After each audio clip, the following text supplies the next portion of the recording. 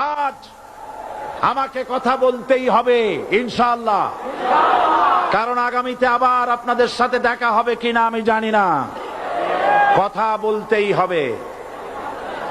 বসেন, কেউ দাঁড়িয়ে থাকবেন না। আমি দেখতে পাচ্ছি বাংলাদেশের ভাগ্য আকাশে উত্তর গগনে কালো মেঘ জমা হয়েছে। ঝড়ের পূর্বাভাস লক্ষ্য করছি। যদি মোকাবেলা করতে না পারেন সক্ষম ভাবে, এমন অন্ধকার গাঢ় কালো অমাবস্যার রাত আসতে পারে যার সুবে সাদেক হওয়া অসম্ভব। সুতরাং আপনারা কি কাপুরুষের মতো কাফের মুশরিকদের গোলামি করে মরতে চান? বিড়ালের মতো 500 বছর বেঁচে থাকার কোনো লাভ নাই। সিংহের মতো 1 ঘন্টা বাঁচতে চাই। আমাদেরকে বলা হয় সাম্প্রদায়িক উস্কানিমূলক কথা নাকি আমি বলি। পত্রপত্রিকা দিছে না তারা? সাম্প্রদায়িক উস্কানি কথা, সাম্প্রদায়িক উস্কানিমূলক কথা বলি। সেই জন্যই বোধহয় শত শত মুসলিম আমাদের কাছে এসে মুসলমান হয়। মানুষে আর বোকা বানানো যাবে না। যাবে কি?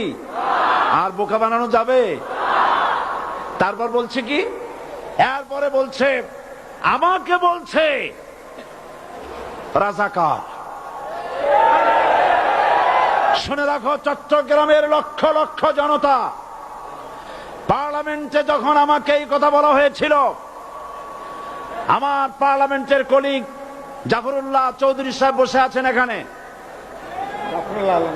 হ্যাঁ, জাফরুল ইসলাম চৌধুরী বসে আছেন পাশে। প্রধানমন্ত্রী সুদ্ধা, অন্তত 3 শতাধিক পার্লামেন্টের সম্মানিত সদস্যরা সেদিন বসা। 1997 সনের বাজেট বক্তৃতা যখন আমি করতেছিলাম, ডক্টর কুদরতে খোদা, নাম রাখছে কুদরতে খোদা, আসলে গজবে খোদা। এ লোকটি নাস্তিক, ইসলামের চূড়ান্ত দুশমন। তার প্রণীত শিক্ষা ব্যবস্থার যখন সমালোচনা করছিলাম, ট্রেজারি বেঞ্চ থেকে আমাকে বলা হলো রাজাকার। আমি আমার সমস্ত শক্তি একত্রিত করে বলেছিলাম, শুধুমাত্র হিন্দুস্তানের রাজাকারেরাই আমাকে রাজাকার বলতে পারে। আমি বলেছিলাম 1973 সন পর্যন্ত আমি বাংলাদেশের কোন রাজনৈতিক দলের নেতা এবং কর্মী ছিলাম না। আমি রাজাকার নই। আমাকে রাজাকার বলে যদি তাকেও প্রমাণ করতে না পারে, 10 কোটি টাকার মানহানি মামলা দায়ের করব। আমার এই বক্তব্য সারা দুনিয়া শুনেছে। পার্লামেন্টে আমার এই বক্তব্য রেকর্ড হয়ে আছে। সেদিন 3 শতাধিক পার্লামেন্ট মেম্বারের কেউ আমার চ্যালেঞ্জ গ্রহণ করেন নাই। যে কোনো ব্যক্তি পার্লামেন্টে গিয়ে আমার বক্তৃতা দেখে আসতে পারেন। এরপরে 1997 সনের 7 অক্টোবর দৈনিক জনকণ্ঠ পত্রিকা যখন আমার বিরুদ্ধে লিখল, সেই পত্রিকায় সাইদির ওপেন চ্যালেঞ্জ 8ম পাতা, 1997 7 অক্টোবর, এত বড় 2 কলামে হেডিং।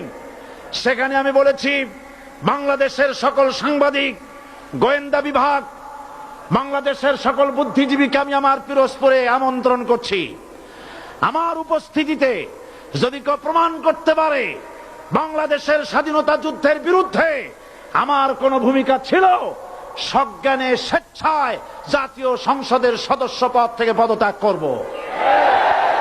3 বছর পার হয়ে গেছে, আজ পর্যন্ত কেউ এই চ্যালেঞ্জের মোকাবেলা করে নাই।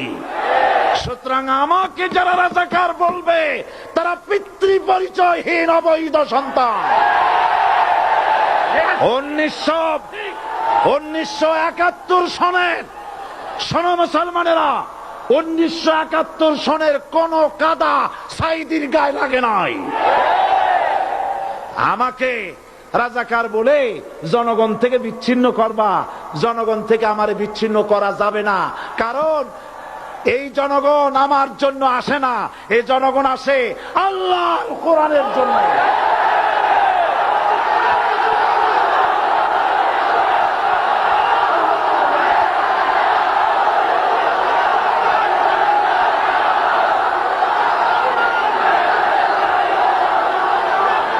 আজকে আর যারা ইসলামের কথা বলে, তারাই রাজাকার, তারাই মৌলবাদী। মৌলবাদী বললে আমরা অসন্তুষ্ট হই না, কারণ মৌলবাদী শব্দটা আসছে মূল থেকে। মৌল শব্দ এসেছে মূল থেকে। মূলবাদী তার মানে যারা মূলে আছে। মূল হলো কোরআন, মূল হলো হাদিস, মূল হলেন আল্লাহ, মূল হলেন আল্লাহ রসুল। আমরা আছি মূলে। এখন বলেন তো মূলের শক্তি বেশি না আগার শক্তি বেশি? আমাদের যারা মৌলবাদী বলে ওরা হলো আগাবাদী। মূলে আছে কত কোটি? 12 কোটি। মূলে আছে কত কোটি? আর আমাদের যারা মৌলবাদী বলে ওই থাকো গাছের আগায়, আমরা মূলে। লাভালাভি বেশি করবা না, 12 কোটিতে গাছের গোড়া আসতে নানা দেবে, মামু বাড়ি দিল্লি গিয়ে পড়বা, বাংলার জমিনে জায়গা হবে না। এ কথা বিশ্বাস করো। বাংলাদেশের মুসলমানদের শরীরে এক বিন্দু রক্ত থাকতে শয়তানের তৈরি করা ধর্ম নিরপেক্ষ মতবাদ বাংলার জমিনে কায়েম হতে দেওয়া হবে না, হবে না।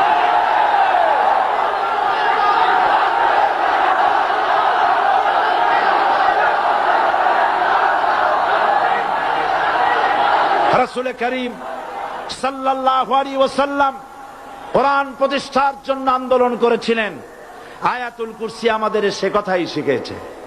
আল্লাহ রাব্বুল আলামিন বলেন, আল্লাহু লা ইলাহা ইল্লা হুয়াল হাইয়ুল কাইয়্যুম। প্রাণ খুলে পড়েন, আল্লাহু লা ইলাহা ইল্লা হুয়াল হাইয়ুল কাইয়্যুম। আল্লাহ হচ্ছেন তিনি, যিনি ছাড়া কোনো ইলাহা নাই, আইনদাতা নাই, বিধানদাতা নাই। আমরা মানুষের তৈরি করা আইন মানি না। 12 কোটি মুসলমানের দেশে আইন তৈরি করবে মানুষ, আমরা মানব না। পার্লামেন্টে তৈরি হতে হবে কোরআন দিয়ে, পার্লামেন্টে আইন তৈরি হতে হবে কোরআন দিয়ে। সুতরাং ভয় যতই পান আর যতই ষড়যন্ত্র করেন, 4 দল যখন একত্রিত হয়েছে, ঐক্যবদ্ধ থাকবে, সরকার ঐক্যবদ্ধভাবে গঠন হবে, নির্বাচন ঐক্যবদ্ধভাবে হবে এবং কোরআন হবে, আল কোরআনের পার্লামেন্ট হবে বাংলাদেশে।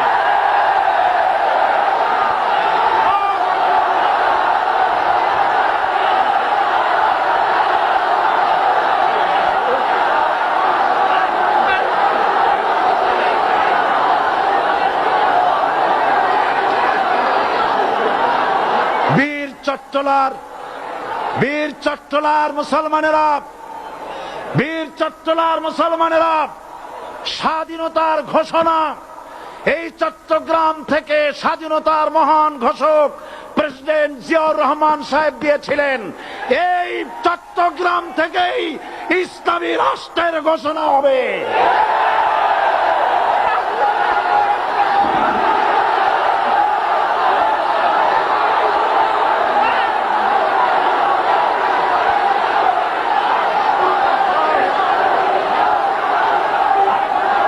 আশাবাদী আপনারা অবশ্যই তা পারবেন। আমি 100% বিশ্বাস করি ইনশাআল্লাহ। কারণ যে ষড়যন্ত্রের মোকাবেলা করে স্থানীয় রাজনৈতিক দলের নেতৃবৃন্দ কোরআনের মাহফিল সিনায় এনেছেন, আমি প্রথম দিনই বলেছি চট্টগ্রাম তাফসিরুল কোরআন মাহফিল কোন রাজনৈতিক দলের প্রতিনিধিত্ব করে না। এটা কোন জামাত শিবিরের একক সম্পদ নয়, এটা চট্টগ্রামের মুসলমানদের কলিজার টুকরা তাফসিরের মাহফিল। সুতরাং এই মাহফিল